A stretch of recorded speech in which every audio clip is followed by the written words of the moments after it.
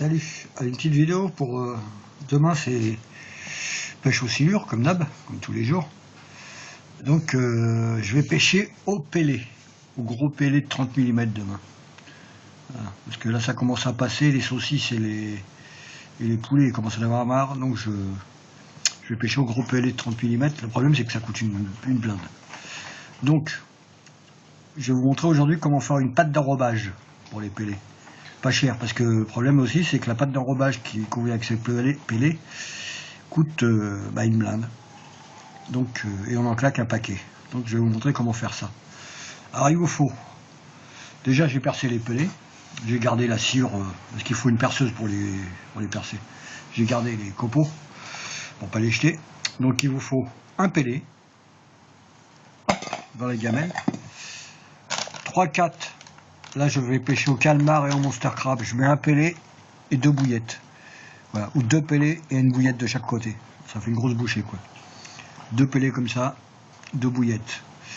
Donc je vais mettre des bouillettes monster crab,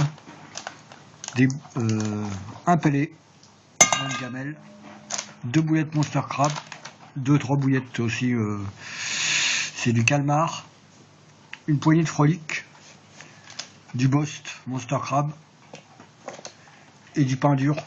Voilà. Je vais le faire, je mixe le tout. Voilà. Et un œuf. Je vais déjà mixer tous les trucs durs, en faire de la poudre, et je vous montre ça. Bon, voilà, j'ai mélangé une grosse poignée de frolic, une autre type de croquette, mais on s'en fout, c'est parce que j'amorce avec aussi, alors qui sont encore moins chers que le frolic, c'est pour ça que j'amorce avec les autres croquettes, et elles ne flottent pas comme le frolic. Voilà. Je rappelle que les frolic est adoré par les silures et les carpes. Le pelé, quelques bouillettes, 2-3 bouillettes de chaque. Voilà. Un quignon de pain. Là-dessus, voilà. Le quignon de pain, la chapelure, ça sert à ce qu'elle ça vous fasse pas une pâte qui reste 24 heures dans l'eau sans se déliter. Le but de la manœuvre, ça va être d'envelopper le pelé, de faire une boule autour du pelé et que ça se dissolve au bout d'un quart d'heure, tout en diffusant des odeurs. Donc là-dedans, je rajoute un œuf, une grosse cuillère d'huile pour diffuser et du dip monster crab. Voilà, c'est tout. Et après, vous allez voir qu'il faut rajouter de la farine. Voilà, il faut mélanger le tout, voir ce que ça donne. Rajouter de l'huile ou de l'eau ou du dip ou de la farine pour avoir une pâte, genre pâte à pain assez dure, qui tienne bien. Donc je vais faire ça, vous allez voir l'aspect que ça a. Bon, voilà, j'ai rajouté un deuxième œuf parce que j'avais vu large sur la dose. Je ne me voyais pas si large. Voilà. Alors ça donne une pâte au bout de 2 minutes de pré-strissage, assez dure, que je vais rallonger avec ou un peu d'huile, un peu de bost ou un peu d'eau. Voilà. Et je vais terminer en rajoutant de la farine de blé de façon à avoir l'aspect que je veux, c'est-à-dire que ça soit suffisamment collant, pas collant, mais que ça tienne super bien au plomb. Si vous le mettez sur le plomb, moi je le mets autour du gros pelé ou des bouillettes. Voilà. Et ça va vous rajouter de l'attractivité. Je le fais et je vous montre l'aspect final. Ben voilà, c'est fini. Voilà ce que ça donne une fois terminé. Ça me fait un gros pot qui m'aurait coûté une bonbon dans le commerce. Voilà, ça m'a coûté 2 œufs et une poignée de frolic, des merdes quoi. 4 bouillettes et un pélé. Minimum un petit pot, c'est 15 €. Voilà l'aspect que ça a. C'est une pâte. Ça ressemble à de la pâte à pain. Très facile à mettre autour de la bouillette ou du pélé. Ça tient au lancer. Ça se dissout. Il faut plusieurs heures pour que ça soit complètement dissous.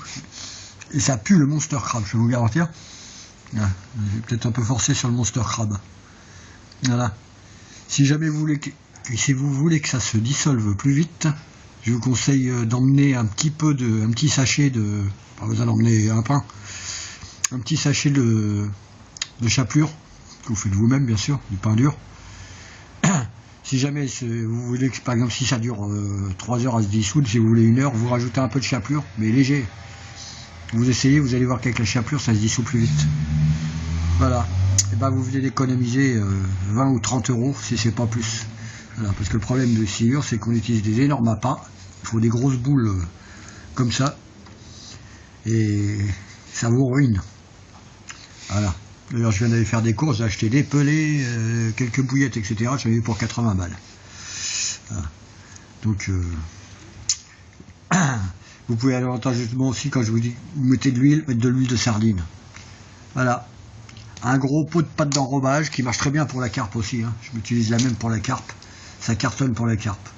Ça cartonne pour le silure. Et de temps en temps, je me fais des barbeaux, des conneries comme ça. Je pêche à la pâte pour passer le temps à côté. Avec un petit hameçon de... Quoi, un petit hameçon? Pour moi, un petit hameçon, c'est du 4 ou du 6, quoi. Voilà. Donc, voilà ce qu'il vous faut. Du frolic. Un chien qui dort, qui en a rien à branler du frolic, il mange pas ça, lui. Des bouillettes, un pélé. Voilà.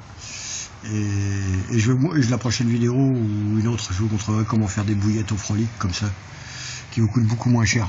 Voilà, pas, si vous pêchez la carpe, vous les faites plus petites, mais là, c'est pour le silure, c'est des balles de ping-pong. Voilà, allez, à plus, j'espère que ça vous aura plu. Et je vous fais une prochaine vidéo avec une revue de matériel pour le silure, la totale. Allez, à plus.